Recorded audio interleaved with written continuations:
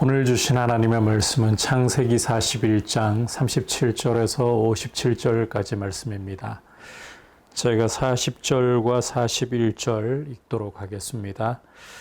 너는 내 집을 다스리라. 내 백성이 다 내 명령에 복종하리니 내가 너보다 높은 것은 내 왕좌뿐이니라. 바로가 또 요셉에게 이르되 내가 너를 애굽 온 땅의 총리가 되게 하노라 하고. 아멘.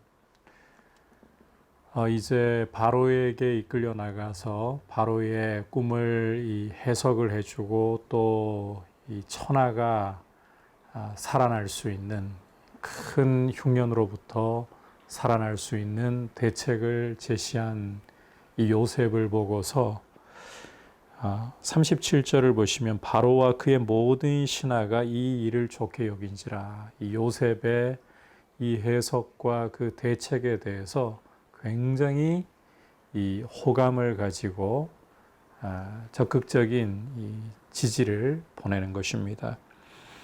그러면서 이제 38절을 보시면 바로가 그의 신하들에게 어떤 말을 하느냐. 이와 같이 하나님의 영에 감동된 사람을 우리가 어찌 찾을 수 있겠느냐.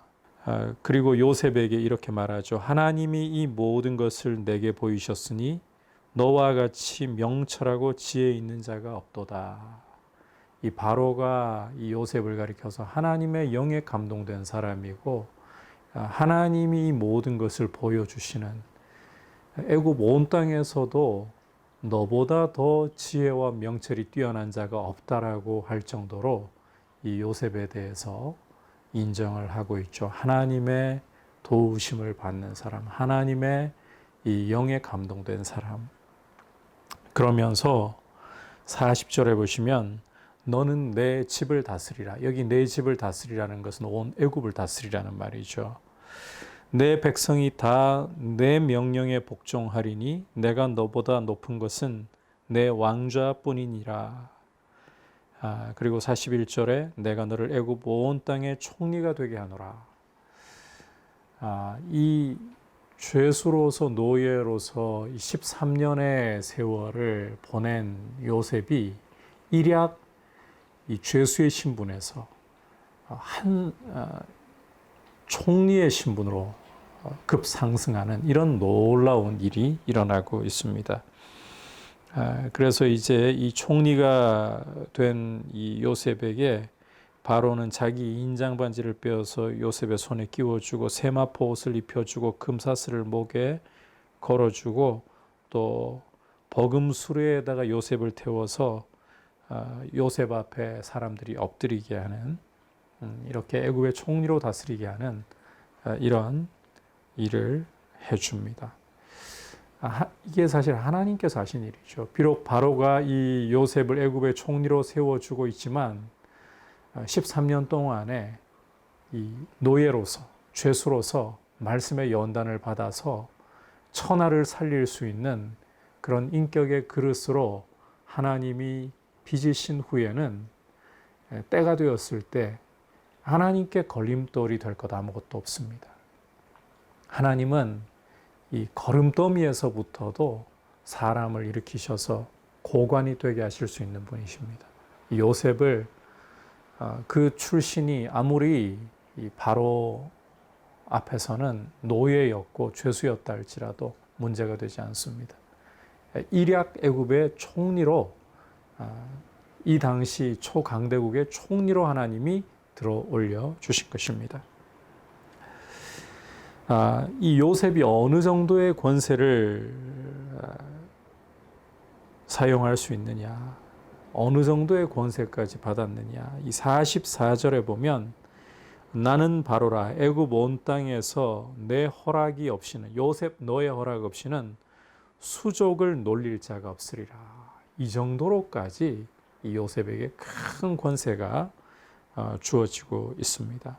자, 그렇다면 이제 이 큰 권세, 애굽 온 땅을 다스리고 이 요셉의 허락 없이는 누구도 수족을 놀릴 자가 없다고 할 정도로 이런 큰 권세를 얻은 요셉이 힘을 갖게 된 후에, 지위를 갖게 된 후에 어떤 일을 하고 있느냐, 이걸 주목해 보는 것이 참 중요한데, 이 45절과 46절에 보면 두 차례나 이 요셉이 한 일에 대해서 이렇게 말씀하고 있습니다. 요셉이 나가 애굽 온 땅을 순찰하니라. 그가 바로 앞을 떠나 애굽 온 땅을 순찰하니. 요셉은 총리로서 그간 13년의 세월 동안에 자기가 이 고생하고 참 어려운 세월을 보냈던 것에 대해서 보상받으려고 호의호식하거나 내가 이만한 힘을 가지고 있고 내 허락 없이는 누구도 수족을 놀릴 자가 없으니까 내가 잘 먹고 잘 살아야겠다 이렇게 하지 않고 이 총리가 되고 나서는 애굽 온 땅을 순찰했다. 총리로서 이 천하를 살릴 준비를 곧바로 하고 있는 것입니다. 자기에게 이 총리의 자리가 주어진 것이 무엇 때문인지를 알았다는 거예요. 하나님께서 왜 이렇게 이 노예로서 죄수로서 구덩이 속에 있던 자기를 들어 올리셔서 애굽의 총리가 되게 하시는가? 천하를 살리라는 이 사명을 주셨다는 것을 그는 분명히 알고 있고 여기에 충성을 했다는 것입니다. 그런 가운데 이제 요셉이 바로의 꿈을 해석해 준 대로 과연 7해 풍년이 애굽에 임해서 소출이 심히 많았다. 47절을 보면 그렇게 말씀하고 있죠. 요셉은 이제 이렇게 애굽을 순찰하면서 상황을 다 살폈고 준비를 했잖아요. 그래서 이렇게 풍년이 왔을 때에 48절에 보면 곡물을 거두어다가 이 곡물을 저장을 해두는 거예요. 어느 정도로까지 이 곡물을 저장을 해두었느냐. 49절에 보면 쌓아둔 곡식이 바다 모래같이 심이 많아 세기를 그쳤다 할 정도로 이 흉년이 오기 전에 이렇게 대비를 하는 거예요. 자, 그래서 이제 53절 이하를 보면 애굽 땅에 7해 풍년이 그치고 요셉의 말과 같이 7해 흉년이 들기 시작하매 각국에는 기근이 있으나 애굽 온 땅에는 먹을 것이 있었더니 7년의 흉년이 이 천하를 삼켜버리고 황폐하게 만들 이런 큰 흉년이 큰 기근이 찾아왔지만 애굽 온 땅에는 다른 나라에는 양식이 없어요. 그런데 애굽 온 땅에는 양식이 있었다. 이 요셉이 총리로서 자신에게 주어진 사명을 충성되게 게으르지 않고 부지런히 감당을 했기 때문에 이 애굽의 천하를 살릴 양식이 이렇게 저장되게 쌓이게 된 것입니다. 그리고 이 사람들이 양식이 없다고 바로에게 부르짖을 때에 바로도 55절에 보면 요셉에게 가서 그가 너희에게 이르는 대로 하라. 요셉에게 이 모든 이 천하를 살릴 정권을 맡겨주는 거예요. 하나님 앞에서 이렇게 인격의 그릇이 잘 준비되어 가지고 그 그릇이 준비되어 가지고 힘을 부여받았을 때, 지위를 부여받았을 때 요셉이 어떻게 하고 있는가? 이 힘을 휘두르지 않고 이 지위를 남용하지 않고 오히려 그것으로 천하를 살리는 이런 사람이 된다는 것을 오늘 이 말씀 속에서 보아야 합니다. 이 요셉처럼 우리의 인격이 연단받지 않고 하나님의 말씀의 빚음을 경험하지 않고 그냥 힘이 주어지고 어떤 자리가 주어진다. 우리는 죄성을 가지고 있는 사람들이기 때문에 막연히 힘과 이 자리를 사모할 때가 많은데 연단 없이 힘과 자리를 갖게 될 때에는 그 힘을 남용하게 됩니다. 자리를 남용하게 됩니다. 함부로 휘두르고 자기의 욕망을 채우기 위해 남을 짓밟고 죽이는 일을 서슴지 않고 할 수 있습니다. 그러나 이 요셉의 경우는 13년 동안의 노예로서 죄수로서 말씀의 연단을 받아서 이렇게 그릇이 준비가 된 거예요. 인격이 준비가 된 거예요. 왜 하나님이 나를 이렇게 노예요 죄수에 불과했던 이런 나를 총리로 들어 올리셨는가? 천하를 살리기 위해 그렇게 하셨다. 이걸 명확하게 인식하고 자기에게 주어진 힘과 자리를 살리기 위한 그런 자리로서, 힘으로서 잘 사용하고 있다는 거죠. 그래서 성도에게 있어서 가장 중요한 것 중에 하나는 하나님의 말씀으로 이렇게 연단을 받는 거예요. 우리에게 주신 이 큰 구원의 은혜 가운데에서 날마다 하나님의 말씀을 가까이 하면서 이 말씀을 묵상하면서 말씀과 함께 삶의 연단을 통해서 우리 인격이 하나님이 기뻐하실 인격으로, 하나님의 성품에 참여하는 모습으로 그렇게 빚어지는 것이 중요합니다. 그럴 때에 하나님이 힘을 맡겨주셔도, 어떤 자리를 맡겨주셔도 그걸 휘두르지 않고 살리는 사람으로서, 요셉처럼 천하를 살리는데 쓰임받는 사람으로서 귀하게 설 수가 있게 되는 것입니다. 어떤 힘이나 지위나 재물보다 인격이 하나님 보시기에 하나님의 성품을 닮아가는 그런 모습으로 연단되기를 사모하고 그렇게 쓰임받기를 축복합니다. 아울러 한 가지만 더 주목해 보면 50절과 51절, 52절에서 이 흉년이 들기 전에 요셉에게 일어난 일을 보여주고 있는데, 이 요셉에게 바로가 이 아내를 주었었죠. 제사장 보디베라의 딸 아스낫이라는 여인인데, 이 아스낫을 통해서 요셉이 두 아들을 얻게 됩니다. 므낫세라는 아들과 에브라임이라는 아들을 얻게 됩니다.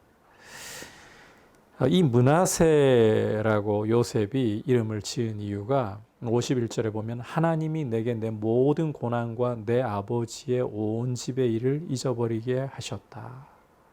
13년 동안 당해왔던 고난과 억울한 일들, 아버지 집에서 그렇게 금이야 오기야 사랑받다가 형들의 미움을 받아서 죽을 뻔한 위기를 넘기고 노예로 팔렸던 그 모든 일들, 므낫세가 태어나면서 이걸 이제 잊을 수 있게 되었다는 거예요. 하나님이 므낫세를 통해서 요셉을 위로하셨다는 거죠. 그간의 고통과 고난을 위로해 주셨다. 그리고 52절을 보면 둘째가 태어나는데 에브라임이잖아요. 이 에브라임이라는 이름이 갖고 있는 게 하나님이 나를 내가 수고한 땅에서 번성하게 하셨다. 이제는 위로하실 뿐만 아니라 번성하게 하시는 이러한 은혜를 주신다. 요셉은 이 자신의 아들들의 이름을 통해서도 하나님이 자기에게 주신 위로, 하나님이 자기에게 주시는 이런 풍성함을 고백하고 있습니다. 하나님께만 의지하고 있다는 거죠. 위로와 번성도 하나님이 주시는 것이다. 이걸 분명하게 인식하고 있다는 거죠. 이 참 아름다운 인격인 거죠. 그리고 또 실제로 하나님이 주시는 위로라야, 하나님이 주시는 이 축복이라야 진정한 위로이고 축복이 됩니다. 우리가 요셉처럼 하나님이 주시는 위로를 우리 인생의 참된 위로로, 하나님이 주시는 복을 참된 복으로 여길 줄 아는 이런 모습으로 주님 앞에 드려질 수 있기를 축복합니다. 다시 한번 강조합니다. 어떠한 재물이나 힘이나 자리보다, 또 어떤 위로나 어떤 축복보다 하나님이 주시는 위로와 축복을 복된 것으로 여기고, 또 하나님의 성품을 닮아가는 그러한 연단된 인격을 더 사모할 수 있는 그런 모습으로 우리 자신을 드리기를 축복합니다. 이제 말씀을 생각하면서 함께 기도하기를 원합니다. 하나님 아버지, 요셉처럼 말씀으로 하루하루 내 인격이 연단되어서 요셉과 같이 하나님의 성품을 닮아가면서 나에게 무엇이 주어지든지 그것을 휘두르지 않고 하나님이 기뻐하시는 뜻을 위해, 살리는 일을 위해 잘 사용할 수 있는, 재물이나 힘이나 지위보다 이 연단된 인격, 하나님의 성품을 닮은 인격으로 그렇게 빚어지게 은혜를 주시고 하나님이 주시는 위로와 축복을 나의 참된 위로와 축복으로 여기게 하옵소서. 그리고 주님 하루속히 이 코로나 사태가 잠잠해지고 온 나라가 주의 은혜 가운데 평안할 수 있도록 돌보아 주옵소서. 같이 기도하겠습니다. 하나님 아버지, 요셉을 통해서 하나님의 말씀의 연단을 받은 요셉의 인격이 얼마나 아름다운가를 보았습니다.